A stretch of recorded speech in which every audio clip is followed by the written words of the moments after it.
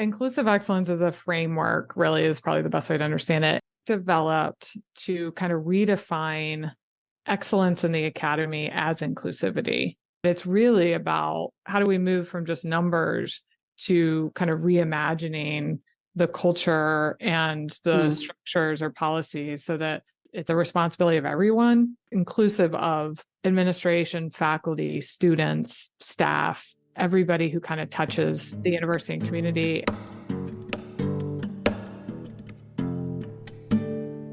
Hello and welcome. I'm Abbie. This is Stories Lived, Stories Told, and today I invite you to join me in conversation with Dr. Emily Rutter as we take a communication perspective on inclusive excellence in education and all that means. To take a communication perspective is to consider what we're making and how we're making it through our communication practices. This means we look closely at patterns, context, stories, and relationships, and that we use curiosity, mindfulness, collaboration, and dialogue to create better social worlds. Whether the topic of today's conversation is familiar to you or not, the hope is that using a communication perspective will reveal new ways of seeing and being. At the top of the episode, you heard our conversation partner today, Dr. Emily Rutter. Emily is a former professor of mine at Ball State University. She's a professor of English, associate dean of the Honors College, and affiliate faculty in Women's, Gender, and African American Studies at Ball State University. She's also written and edited a ton, and I'll point you to the show notes to read more about her writing. This episode is the second in our education series. I'm really glad to have had the opportunity to speak with Emily. She was an important part of my academic journey in college, and she herself has a kind of unique perspective on education and the world of academia because of the path she has taken in life, which you'll get to hear about today. Most importantly, this conversation speaks to the intersection of education and stories, and the power that stories have in our lives to propel us forward or hold us back. So let's continue the conversation with Emily.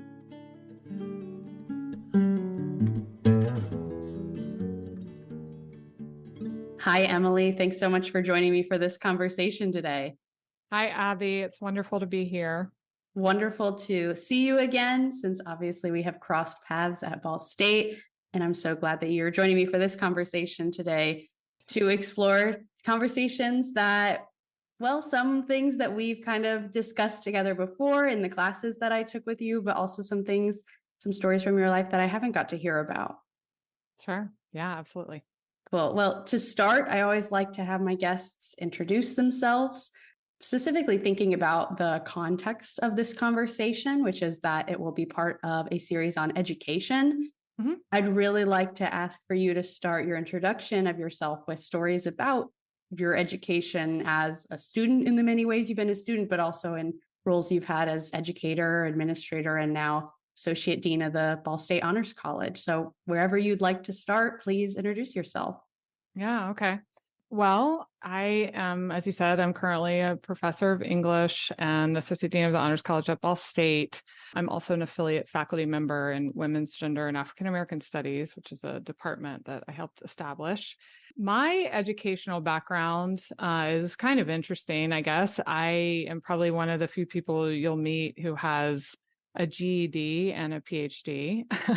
So I left high school when I was 16, almost 17, and then got my GED, had some pretty significant personal challenges, and, kind of grew up in an environment that was in many ways really shaped by kind of social consciousness and, social justice commitments, but also mental health issues and a significant amount of trauma too. So kind of, some troubled times. Mm-hmm. Left high school and got my GED, and then ended up going to community college and then transferring into UNC Chapel Hill, which I'm from the Chapel Hill Durham area. So that was the kind of hometown university. And then those educational experiences have been interesting in the sense that as somebody who was sort of on the outside looking in a lot of ways, but now is in a position of a lot of kind of educational privilege as somebody who has a doctorate and, I'm full professor, associate dean, all these things, so I've sort of been on polar ends of the educational spectrum in a lot of different ways. So, I guess that gives me a particular kind of purchase on education. I also, when I graduated from undergrad before pursuing my master's and PhD, I taught high school in a high poverty, predominantly Black high school in Eastern North Carolina. And that really shaped my experiences. That actually led me to kind of pursue my graduate work in African American literature, which is what I teach mostly now. So that experience, like sort of being a teacher, but also seeing how systemic injustices work in public education, that really sort of did a couple of things. I think one, it put my own experiences in kind of sharp relief. Like I think I had thought of myself as sort of disadvantaged in some way. And I think being in that environment highlighted some significant privileges I'd had in terms of, my whiteness, even growing up in a kind of low income environment. What I thought it was low income was very different. I see. You know what I mean? Yes. What I was thinking of is sort of like, blue collar. I mean, my mother lives on disability. So I mean, I have a particular purchase on poverty, but it's different when you're in generational poverty in an area of North Carolina that was shaped by enslavement and Jim Crow. Right. So those experiences kind of gave me yet another vantage point on education. So I think like in my current work, I'm bringing all of that in, all of that is kind of funneled in. And I think I've seen with my own life, but also with my students that, education really does transform lives. I mean, that's, maybe a pat phrase, but it's true. So I think, that's sort of the why of what I do. It's like, education can be absolutely transformative. And so, that keeps me motivated. And I think I've seen that again from my own life, but also in working with students in this, variety of different capacities. I've really seen that bear out. Yeah, I'm glad you kind of took us to that place, because I do also think that's true. Education transforms lives. And I think the thing that takes that statement from being a kind of platitude or cliche kind of thing is the real experiences and stories you can hear from people. And so I'm curious if you could elaborate on your own, or like you're saying, experience that you've had with other students of how have you seen education transform lives? Yeah, I had an experience last fall that just kind of came like a bolt out of the blue, and I'm still sort of marveling at it.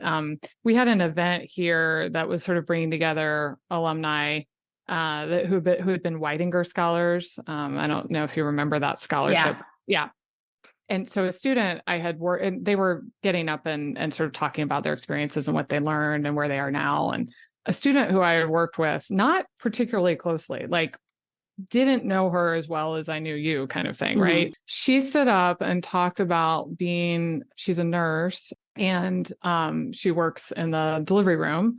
And she was talking about healthcare inequities. And then, she called out my class and said, I learned so much about intersectionality and antiracism in Dr. Rutter's class, and that has helped shape my whole career as a nurse. Wow. And I was like, again, it was one of those things where it was such a wonderful thing to say. I don't think it was really about me, but it was just like, I was a conduit. Yes. Like it was a class that was a lot about intersectionality. So it was a lot about how there's intersecting forms of structural oppression. And, that's coming out of a tradition of Black women pointing that out and the way that it particularly impacts Black women. And she really absorbed that information and was able to immediately kind of apply it in the healthcare industry, which is, of course, riddled with those kinds of intersectional inequities. So it was just like, wow, I never in a million years would have thought that this particular student even, that this would be impacting her so much. You just never know, I guess. Right. Some students I'll stay in touch with. And so, we'll continue to sort of be in conversation, but I just don't always know what the impact is. So that was just a really gratifying moment. And I don't know. Yeah. I have a couple of friends in the community here who I work with on like the Juneteenth committee, for example, and they're maybe a little bit younger than me, but they're not college age. But I've kind of invited them into some of my African American studies classes, and and so then we've talked about how they learned things about, they're both Black women. They learned things about Black experiences, Black history, Black literature, whatever, that they didn't have purchase on before those classes, and so, which is interesting because of course, they're bringing all kinds of knowledge to the classroom space as well that I don't have access to, right? As somebody who's not living my life as a Black person, but just the way that education provides a space to learn about your own identity that you might actually be sort of denied in dominant culture, right? So I think those examples also point to the way that the classroom is really more of a space of exchange rather than kind of top down or like the sage on a stage. It's a place where students are bringing all of these experiences, and I'm bringing information and experiences and ways of knowing. And it's like the interplay between those things that really allows us to co-construct knowledge. Yeah. I'm thinking, as you tell that story, I'm thinking about my own memory of interacting with you. And I can picture, part of my undergrad was during COVID. So I can picture myself sitting in my dorm room on a Zoom call. And I believe I was in a class with you at the time that was also happening virtually, but I think this was like a separate event, probably during Black History Month, a like series of events. And I remember being on a call that you were leading with a group of students. And there's just the conversation that happened and the kind of engagement. And that felt like one of the first spaces that I was in of like, we are gathering. One, it was outside of a class, so we're choosing to show up to this call based on the topics of antiracism and bias that was, the way it was marketed, I'm sure was like, that was the title of whatever the kind of conversation was going to be about. Is you kind of leading us through that. And we did little breakout rooms and I heard from other people. And it was just like one of those first like meaningful experiences of like, oh, this is what it can look like to engage. And I thought that was really meaningful. You talk about that co-constructing. And so that was a really meaningful experience for me to be like, come here, like be a part of this and participate. And so that's kind of my maybe parallel of that student story of that, like that was meaningful for me and stuck with me in terms of like, okay, this is a model of like how I want to engage in conversations, especially about race and bias. I don't know if this feels like an awkward question to ask, but I'm really curious to know, how do students or people react or interact with you as a white teacher teaching African American studies? Well, I mean, I guess that's kind of a multi-layered question, but I'll get into all the layers. I mean, like I said, I sort of chose to pursue this field after teaching in a predominantly Black high school and kind of my students being really eager to learn about Black literature instead of like a standard curriculum of Shakespeare and, a lot of white British writers. And so but then, I loved that. I loved that experience, but I also had some self-awareness of like, I don't really know what I'm doing. I mean, I love this literature. I think I know how to teach literature, but I don't really have the educational background, to do this justice. And so that led me into getting my master's and my PhD. And, now I've published several books and lots of articles and all those things. So, I mean, I think that, one of the things I like to be clear about in the classroom is like, I'm bringing kind of a wealth of intellectual knowledge about these topics, but and that's like the benefit of me being here. The limitation is that I am no expert in the lived experience of what it means to be Black in America. And, I think in a way that is actually, again, that's sort of where, we can talk about it being an exchange because, students is like but they're bringing maybe something that's about lived experience. Yes. And so that's a really helpful thing to sort of empower students to say, you have a lot of agency here, but we can sort of, teach each other. But then I also think, it's like, African-American literature or Black studies or women's and gender studies or, Native American studies or whatever, all of these studies are really any discipline. I mean, they're disciplines. It's a set of traditions and peer-reviewed research, an extensive, in the case of Black literature, an extensive literary tradition that stretches back centuries.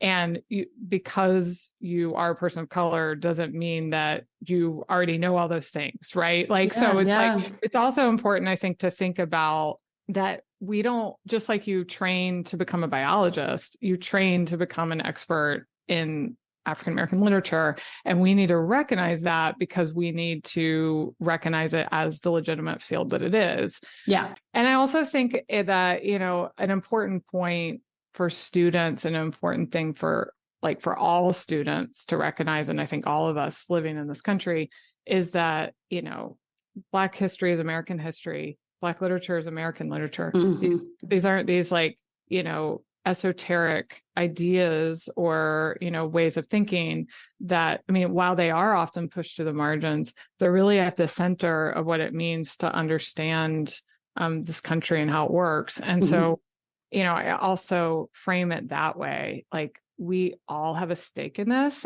but we're coming in, we all have a stake in this, but we also need to recognize, where our different standpoints are and not pretend that, just because I have all this intellectual knowledge, I'm on the same plane as a Black person, living in this country, but that our standpoints are critical to recognize, but that we all have a stake in Black history and Black literature. So I think all of those elements kind of are necessary to the framework with which I'm operating. Right. And I should also say too, Abbie, that, one of the things I write about frequently is actually how Black literature represents whiteness.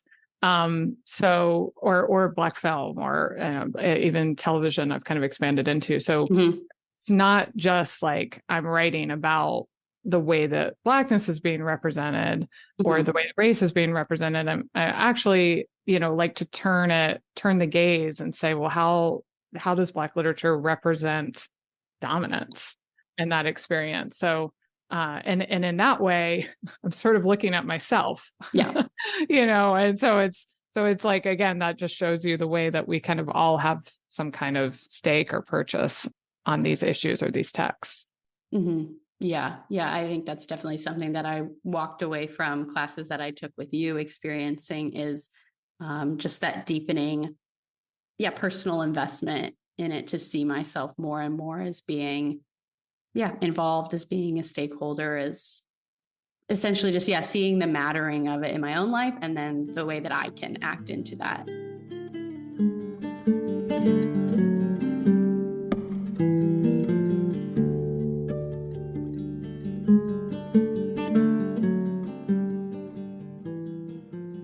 My background being this communication perspective, I'm always so curious to know kind of what people's experience with communication has been, or kind of what you've learned of communication as it relates to your specific field of studies and teaching and work. And specifically, I'd be curious to know about you engaging white students on topics about racism and bias, anti-racism and bias, to know what's kind of the communicating that's emerged there. What have you kind of noticed or learned about really what effective communication and maybe ineffective communication looks like in those spaces? Yeah, I think that the key piece, maybe this kind of goes back to what you're just saying, is that, to recognize we all have skin in the game. Yeah. Just that's foundational, that nobody gets an out. We're all racialized, we're all gendered, we're all classed, we're all sexualized. These are things, whether you're able-bodied or have a disability or whatever, we're all swimming in those things, or none of us can escape that. Yeah. And so it's that self-awareness, I think, is absolutely critical. So one of the things I certainly try to work on in my own life and in the classroom is just bringing that self-awareness, right? Who am I in this space? And I think in terms of, once you recognize that, the communication can become a lot easier. Yeah.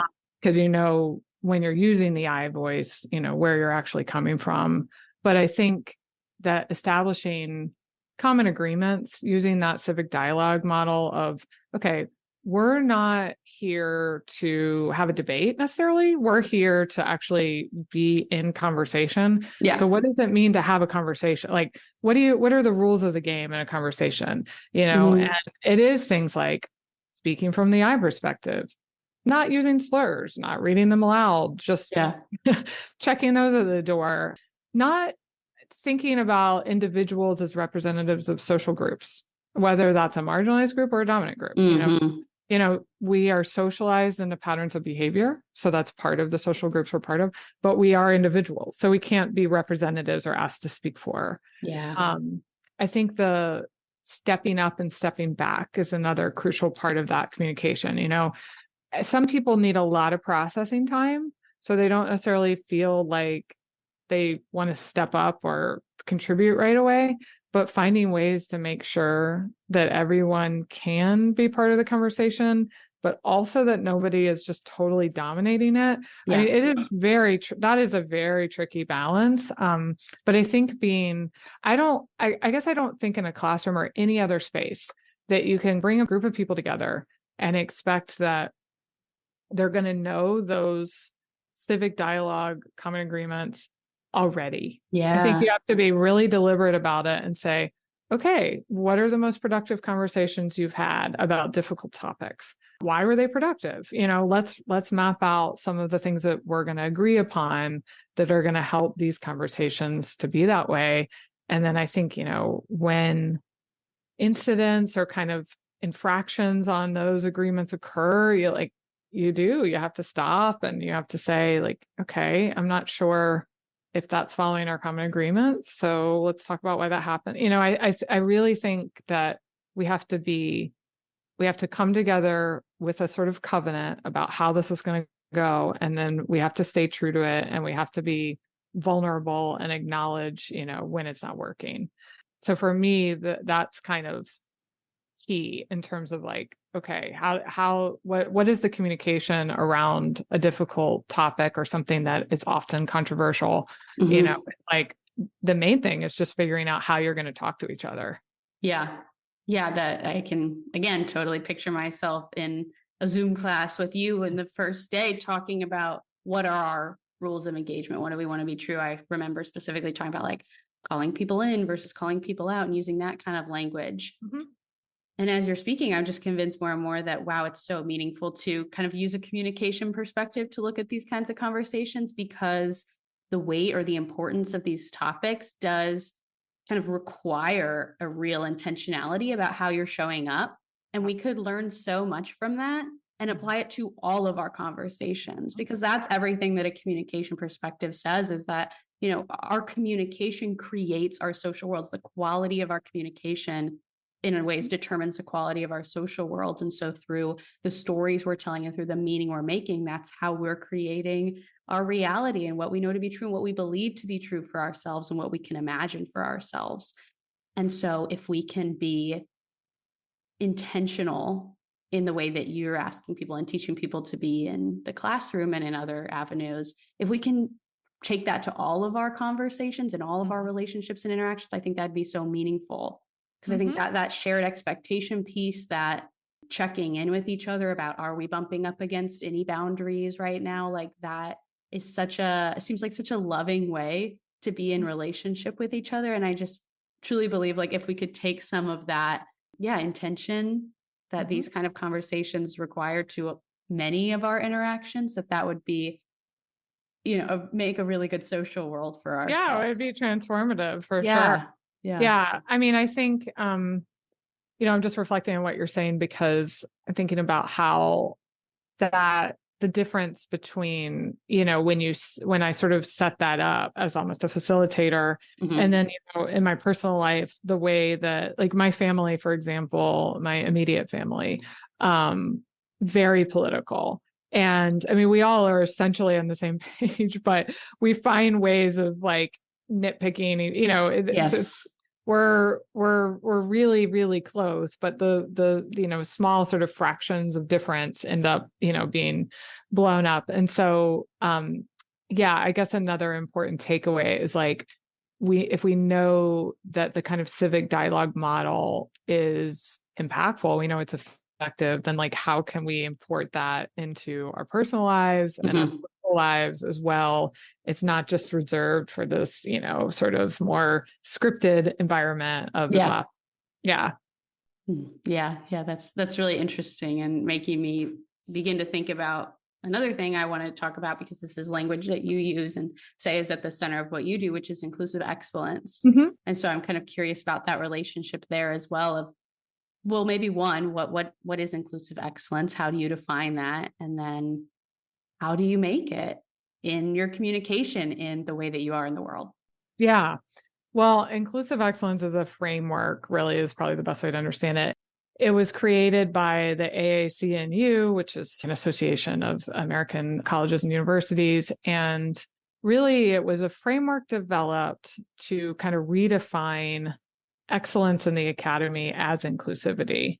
So like, instead of the measure of excellence being, publications or teaching awards or something, right? It's like, okay, what if we redefine excellence as inclusivity?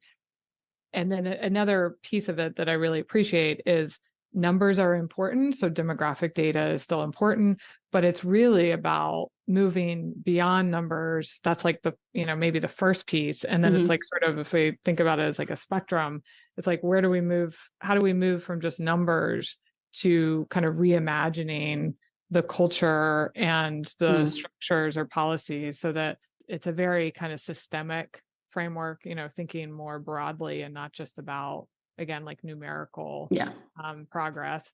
And then I think the third part about inclusive excellence that's really helpful is the emphasis on it being the responsibility of everyone. So not like, your chief diversity officer or a committee, but like the whole university, from, the president down to, students, down to like, or not down, but inclusive of administration, faculty, students, staff, everybody who kind of touches the university and community. Because in my experience, it so often occurs that there's like a core group, that kind of sees it as their responsibility. And then a lot of other people kind of, not really, like, just don't really think about it. And that might not, and that isn't accusatory. It's just sort of like, maybe the framework hasn't been, they don't realize why they should be invested, or, the benefits to them, or that kind of, the way that the framework is relevant is probably the better way to put it. But that piece of it, the responsibility of everyone, that I think is really salient and necessary. So, I mean, in terms of like operationalizing that, I mean, I just try to look at inclusive excellence as kind of the framework through which I operate more generally. And I guess for me, that often ends up being, of course, thinking about culture and structure, but also about like the questions we ask. So, one question that I'm always thinking about is not, I think often the question is posed, is bias present? And I like to change that to like, we know it's present, so how is it present? And I think like inclusive excellence helps us kind of think about that. Okay, we know it is. How is it happening? And what is it touching? How can we bring everyone together to understand the impact? And just, whose voices are prominent, who's not at the table, how do we bring others in? All of those questions, I think it's like, inclusive excellence as a framework allows us to always ask those questions in any scenario, whether it's, on a committee, it's, as you're designing your syllabus, as you're writing an article, whatever the work is, those questions are always relevant. Yeah, that's really helpful to understand that as a framework, I think. I'm glad you say it like that. And it makes me think that it's such a great example of this meaning-making piece that my work is a lot about, which is really what I hope is empowering people to see themselves as meaning-making creatures who get to deconstruct the meaning that has been handed to them and reconstruct new meaning, make new choices, tell new stories. There's even a specific model within the theory that I work with, which is called coordinated management of meaning, is the theory, CMM. And then this model has been called the hierarchy model, but we're kind of rebranding right now. Actually, we want to call it the heterarchy model because that's, a flexible hierarchy is a hierarchy. And so it references these layers of context that shape us. And it's not so important for like, you need 1, 2, 3, 4, 5, most to least what's shaping you, but just generally getting an idea of the fact that there are multiple layers of context, many different contexts that you're speaking into or speaking out of in any given moment. So recognizing that there is maybe a hierarchy or a heterarchy in different moments that will change, and that you yourself can do a little bit of that reflexive work and say, well, what do I want my highest level context to be? Then you can act from there and make choices and communicate in a way that is aligned with what you say your values are, or what kind of better social world you say you want. And so that is reflective of what I'm hearing you say, that choosing to define excellence as inclusive excellence is a way of making a different choice about what's your highest level context as a university, as an educator, as an individual. Yep. That's exactly right. Yeah. I mean, I think when you think about leading with your values, which is a challenge, Yes. we're all working in, I mean, not all, but many of us are working in institutions. So being value driven sometimes is hard because you're running up against capitalist or financial kinds of constraints, things that might not be in total alignment with your values. So like, how do you remain value driven within a space that might not always align with values? And I just think that's a constant struggle. I don't think that there's like one solution to that. But I just think it's like, you have to be cognizant of it, and you have to be like aware of, the agency you do have in that scenario. And then I also think it's true that not everything we do in our jobs is like the work. Like there's other kinds of work. Tell me more about what you mean by that. I just mean that it's like your job is one avenue or one outlet, and then there's other sort of portals for different kinds of influence or work or, action. So I think also to kind of have multiple, and I think about that a lot in terms of purpose. Like it is really important to have purpose at work, but it's also important to have purpose outside of work. And I think about that just maybe as somebody who like suffers from being a workaholic. But so like, that's part of the reason I think about this all the time, but also just that it's just very common in American culture to like sort of have everything bound up in like what you do for a living. And so I guess I've also tried to find some other like portals of purpose, we'll call them, aren't like directly related to, my teaching or my scholarship or writing, but are like other ways of making meaning, that happen in a different kind of space. Yeah. That's interesting too, because I'm thinking about what for you as an educator, what is work for you is something different to your students, and I can picture what it was like to be on a campus and live on campus and engage in conversation in the classroom or elsewhere. And it is this huge thing. And so it's interesting to see how those two worlds meet of, both work for you, but maybe for the other people you're engaging with, it's their education or it's, extracurricular things, depending on how they're engaging. And that's what I love about communication so much and maybe this experience resonates for you in your field as well. I could sit in my classes and learn something and then leave and go use that. And so it felt so real and so applicable. And it felt like it mattered because I thought, yes, the work that I do now is based on communication. That's awesome. But like you're saying, my parallel of that would be also, I try to be really intentional in how I'm showing up to my relationships outside of the work that I do and like really live the things that I talk about. And I do find I certainly have, like gathered the evidence of like, wow, this really works. And that's why I feel really inspired to like empower other people around their communication, because whenever I am able to set really clear expectations or do some meta communicating and talk about the meaning that's being made, that always feels like a superpower. And so it's one of those, like, it's, to me, it's like a best kept secret. Like, why does everyone not, why did I have to major in interpersonal communication, devote my academics to it to get to have this information? It's like, everybody's communicating, everybody's in relationships. And so I think it would just help people out a ton to have the same tools that I have. And so that's why, with the podcast, I want to talk about a number of different topics and apply communication to all of it to see how it really does show up everywhere. And it matters everywhere. Yeah. I mean, as you're saying that, I'm just thinking like, how it's really not a requirement of public education or even, there's like one communications course that you have to take at Ball State, and, most programs have that one. It's mostly about public speaking more than personal. And so, but what you're saying is so true, which is like that, interpersonal communication is, for human beings, that's like those are our most rewarding moments, and also our most hot moments. Those are the things that probably give us the most stress and also the most joy. Like, it's very paradoxical. And so just essential though. Yeah. And we can't just assume that everyone automatically has those tools. Those are learned behaviors. Yeah.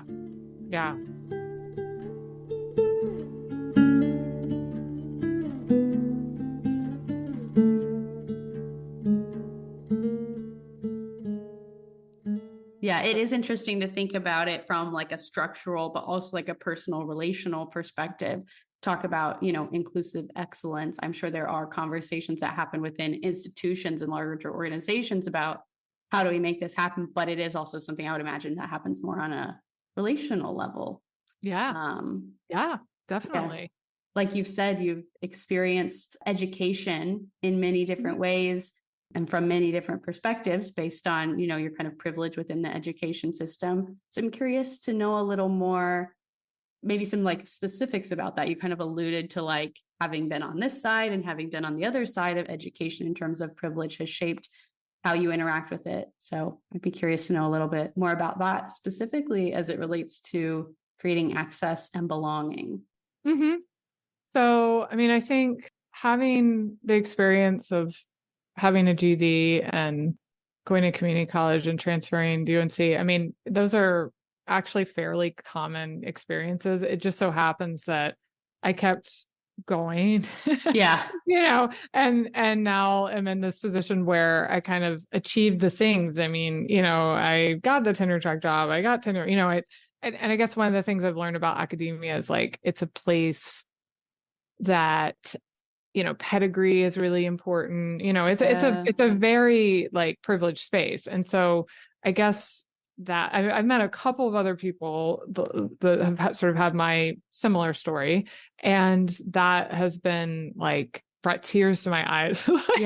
Recognition. And just because it is kind of this, I think for a long time, maybe I felt like ashamed, probably would be the best way to describe it. And then maybe just, so many people I worked with or encountered had kind of been overachievers their entire lives. And so they never like had those stumbles. So I think it has both been a bit of a struggle actually to like fit that, like sort of shore that narrative up or feel like I could bring my whole self to a space or sort of stitch all those parts together. I think that now that I have, that's very healing. I think it also allows me, like working with students, I think to, be really empathetic for, students who, be struggling or kind of crash and burn, that I mean, I can relate, and I don't feel like there's a judgment there. I certainly want to mentor students and ensure that they have the support they need and that doesn't happen. But I also think it's really important to kind of be in a non-judgmental kind of role as an educator, just to understand that students are bringing in like so much, I mean, we're bringing in like all these histories and all of these personal experiences anyway, right? Yeah. But I mean, a lot of students might be bringing in trauma, we're coming from so many different vantage points. And so just to recognize that, and just to try to like look out for the students who may not have had all of the advantages and ensure that they get the same level of support or they get tapped for things, that their guidance is sought. Those are important lessons for me, I think, takeaways for me from my own life.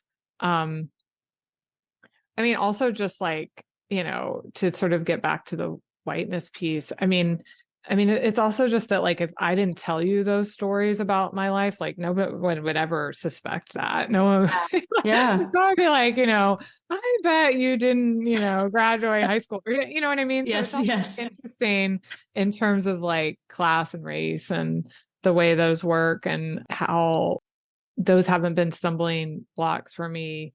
Even though I've had stumbling blocks, those are sort of invisible to most people I meet. And so that's another kind of lesson for me as I've gotten older and kind of reflected on that more. And I guess another piece of like privilege within the academy is also just to recognize that this is a really privileged space. And so like, what are you going to do with that? Like, how are you going to use this information, or how are you going to use your voice to be an advocate in other ways, outside of the academy, within and without, right. Both. Yeah. So I think that's been an important piece for me as well, is to remember like, this is a rarefied space. So, let's be honest about that. Yeah. Yeah. And I'm thinking in terms of stories here about how the dominant narrative or expectation is so strong that you will go to high school, you will graduate when you're 18, you will go to a 4-year university, you will go on to further education, you will get a career, whatever it may be. There's this kind of like logical force behind like, this is the way things should be. Yeah. And so it's taking me back to your question too, of not if bias, but how bias is showing up. And that's one example around like, the educational privilege or the bias of people assuming that they have to follow this one path. And that's why stories are so important. Like you said, you can't have one individual be representative of a whole people, because we all are individuals. So it's not you talking about your experience with non-traditional education path is not representative of everyone who's had a non-traditional education path. Right, not at all. But it's still meaningful for you to share that one story and mean something to everybody. People who have also maybe had non-traditional paths, they're like, oh yeah, other people have gone these other routes. And despite this one story being so strong in the culture, the truth is that is not the one way that people get to where they want to go. Yeah. And I think the shame piece is really another, I think that is really important, because, getting past shame and even guilt, which, one of my favorite writers is Audre Lorde, and she writes about this, about how like shame and guilt are like useless emotions.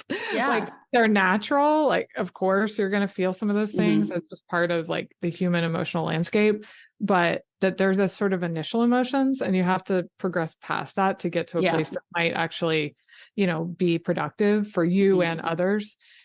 And especially in terms of communication. And so, I think about that a lot. Like there's no value, there's no use value and feeling ashamed. It's like, like everybody makes mistakes, or everybody has barriers, or whatever it is. Yeah. And it's like, be honest about that, and then like move on. Carrying an albatross around your neck about things that happened in the past is not only not useful to you, but it's not useful to others, because you're kind of burdening them as well. So I think too, being really honest with yourself and getting over whatever kind of shame and guilt you feel, to get to a place where you can actually be in reciprocal, beloved community with others. I don't think you can really get there unless you get past your own, feelings of whatever about the past, or at least that's been true for me. I'm so glad you bring that up, because I think shame is a huge part of it, because the way that I understand shame or kind of visualize it is shame is this kind of distance between like, I think I should be over here, society, stories, whoever is telling me I should be over here, but I'm over here, whether that's in what my life looks like, how I actually feel about something. But I think I should feel this way is what everyone's telling me. So it's like this shame between like trying to reconcile like what you believe to be true or what you know to be true versus what you think should be true. And that is, such a shame can be so, so powerful. And again, for me, this whole like meaning making is part of, for me at least, I'll speak to my own experience. What has helped me get over shame is giving power to shame, giving power to the things that we should be doing, that society or stories us are telling we should be. That's giving that like innate meaning. And when you can question it and tear it down a little bit and be like, oh, well, somebody else just came up with this meaning a long time ago and we accepted it. We can totally change that. Like that feels empowering. That feels like breaking through that shame into something productive rather than something that's oppressive. Yeah. I mean, I think to go back to Audre Lorde, I mean, what we're talking about is sort of the way that mythical norms work to sort of, I mean, they're mythical, right? Like there's nothing that's concrete or tangible about them per se, except that we've socially agreed that they are the norm, right? We socially agreed that like, this is the standard by which all else will be measured. And I think that you're absolutely right. When we have that mythical norm, it's the distance between whatever that mythical norm is and how we feel, or how we see ourselves or how we see others or what have you. And again, we're just reinforcing it. We're not only, we don't need somebody to oppress us. We're oppressing ourselves, and then that, of course, we're using that same lens or framework to judge others. And so it becomes a very kind of violent cycle. And so I do think like what you're kind of hitting on for me is just epistemology. Like, how do we know what we know? Right. Yes. Let's question where we got those ideas, what we know to be true. Scrutinize everything. I think that is critical for communication. And to have effective communication, you need self-awareness. And have that self-awareness without asking those questions. Yeah, right.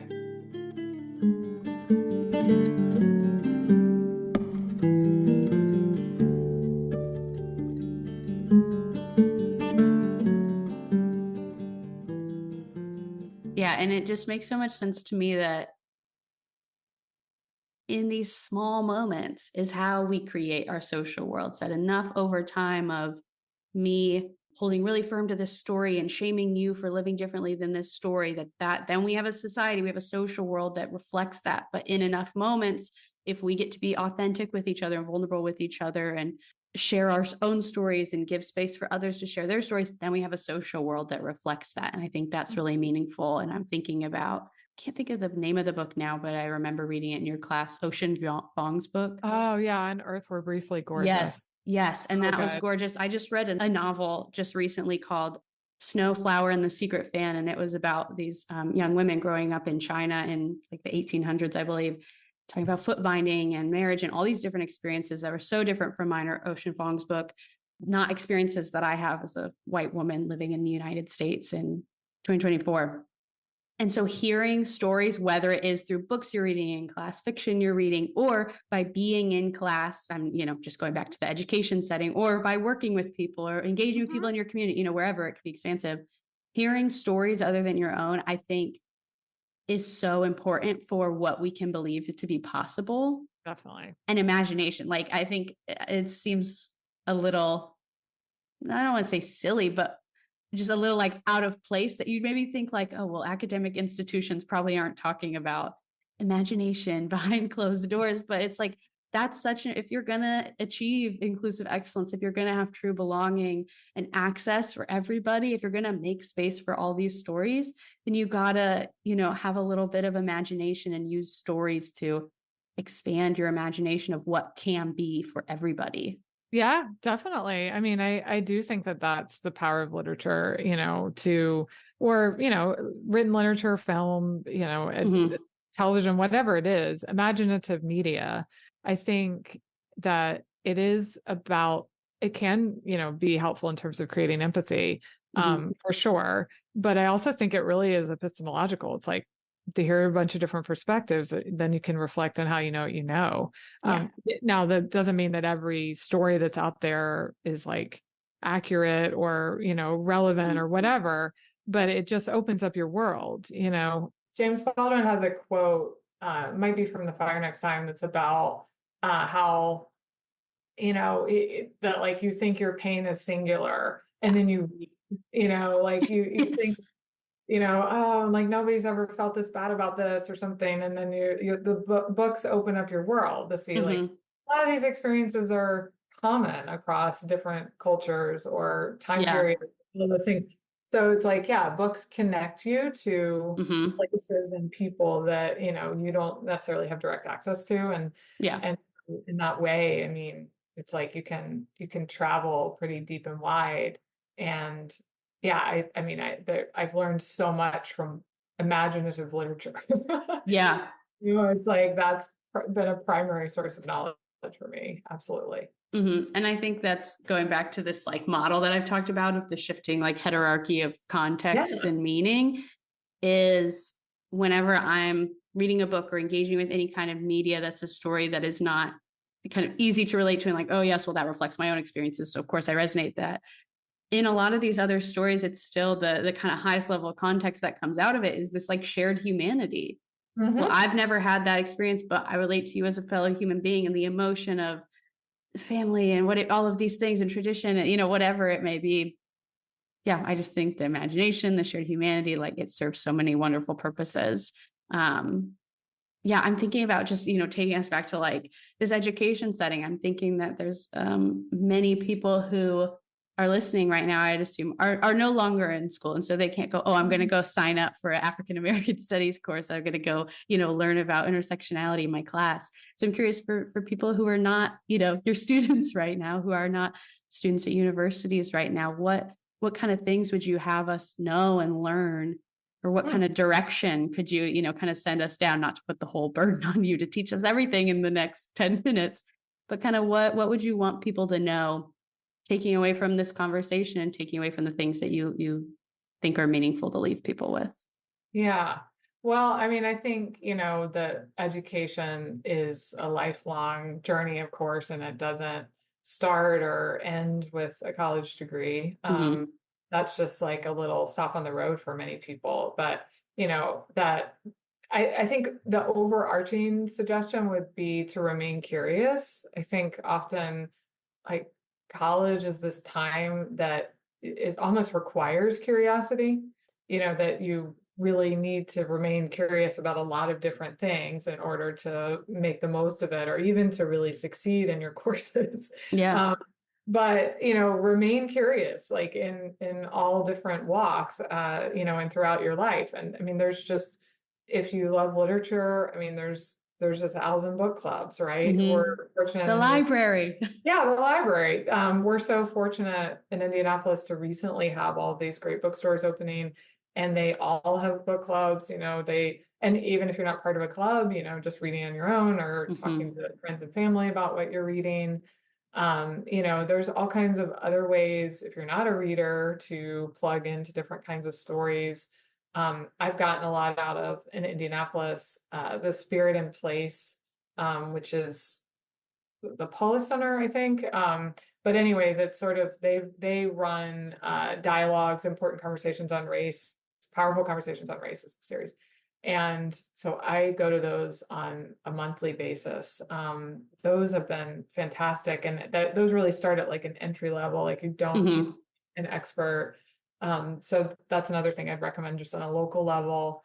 And I'll say too, I'm part of, but one of the most powerful groups that I'm part of right now is called Linked Descendants. And it is a group that, if you are the descendant of the enslaved, or you are a descendant of an enslaver, or just white people that may have been involved in Jim Crow or some kind of, anti-Native American violence, whatever it is, it's a place that sort of brings all of us together. And so I've been part of that group for a couple of years, and I'm the leader of a writing pod in that group. And that is really powerful. Yeah, I bet. It's about truth and reckoning, but it's also about reparations. It's really important work. So, I mean, if you can that's for me, I mentioned that, finding portals of purpose kind of outside professional sphere per se. And for me, that's one of mine, which is sort of like,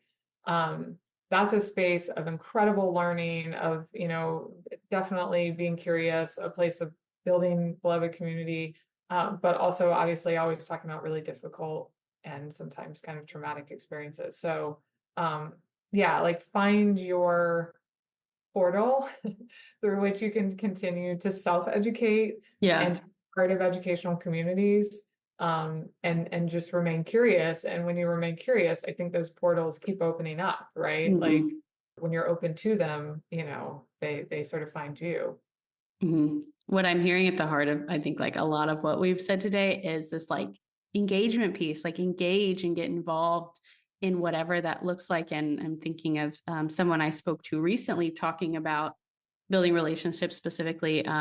His name's John Stewart, and he's a communication scholar, and he wrote a book recently, Dismantling Racism One-on-One. And he's talking about what happens in our relationships, and he makes these distinctions about, the distinction I want to talk about is he's talking about invitations and offerings, and he uses that inviting and offering feelings, and inviting and offering choices, and like the way we communicate with each other. But that piece is so important, that it's an invitation.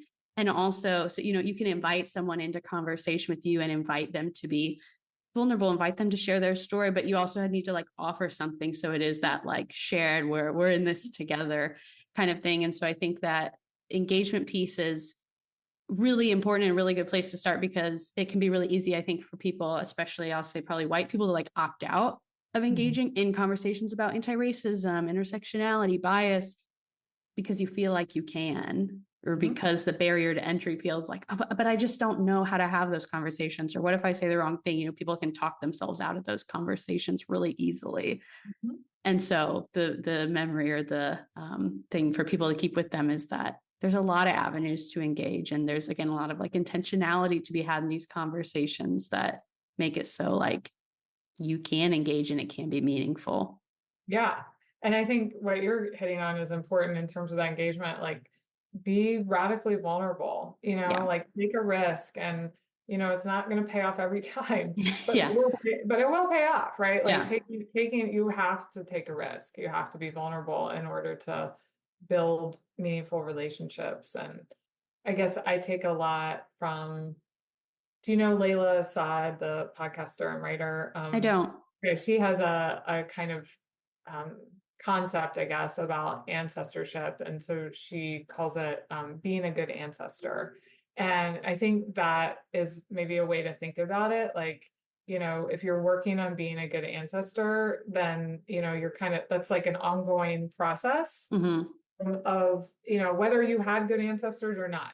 Yeah. You're working on it in the here and now, and with that future orientation. Again, not with like shame and guilt, but just like, how can I be a good ancestor now? And I think that is such a positive framing, that can help you remain kind of curious and engaged, vulnerable, and all of those things, because, you have this kind of goal in mind, and it's, and it's a really kind of noble aspiration. Yeah. Well, Emily, I've really enjoyed this conversation. And as we wrap up, I like to kind of offer a chance to recap some of what we've talked about today using some CMM language, which is, I've already kind of used, this idea of like better social worlds.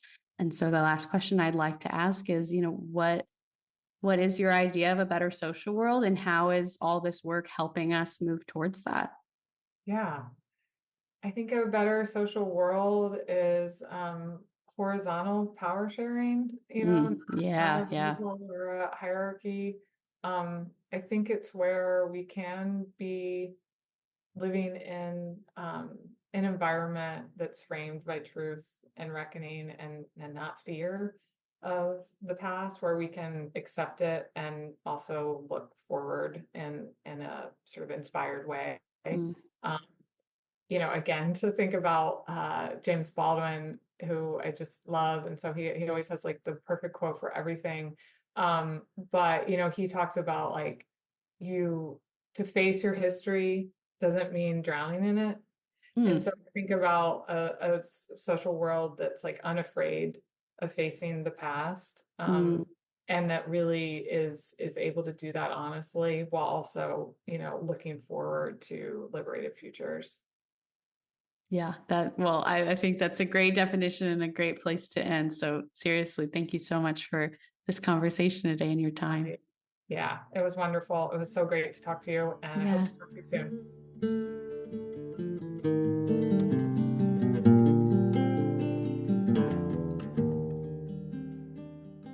Okay, that is all for our conversation with Emily. At the end of each episode, I like to offer questions to reflect on, which act as a next turn so the conversation doesn't stop just because the episode does. Today, the questions I would have you think about are: where can you find paths to engagement? How can you redefine excellence for yourself? And what would it look like for you to embrace curiosity in your own life and stories? You are always welcome to reach out to me to share your reflections on those questions, as well as any of your own questions or ideas. You can do that through email, the website, by commenting on Instagram or YouTube, and by commenting on the CMM Institute Substack. Links to all those are in the show notes. The reason I invite you to share your reflections with me is to stay in dialogue. Other great ways to keep dialogue going is to follow the show wherever you listen, leave a rating and review, share this episode with someone you want to invite into the conversation. And I already mentioned that Substack. That's a really great place for us to be engaging as a community. So again, I'll point you in that direction. I am supported by the CMM Institute for Personal and Social Evolution. This podcast is just one of many initiatives designed to move us toward better social worlds through better communication. You can learn more about the CMM Institute and our other initiatives at the links I have in the show notes. One that I'll point out right now is our Cosmo Activities line of social emotional resources. We have a new home, new website, which is www.cosmoactivities.com. Those resources are available for free, perfect for teachers, educators, and also parents, anyone who works with children. Those are available to download for free, but also some of those activities are now available as interactive online activities. So there's lots of excitement going on over there. And as it is back to school time and the theme of this month is education, I think this is very fitting to point you over there. Again, that's www.cosmoactivities.com. Thank you for showing up. Thank you for being curious. And thank you for being a part of this story. I'm Abbie, and this has been Stories Lived, Stories Told.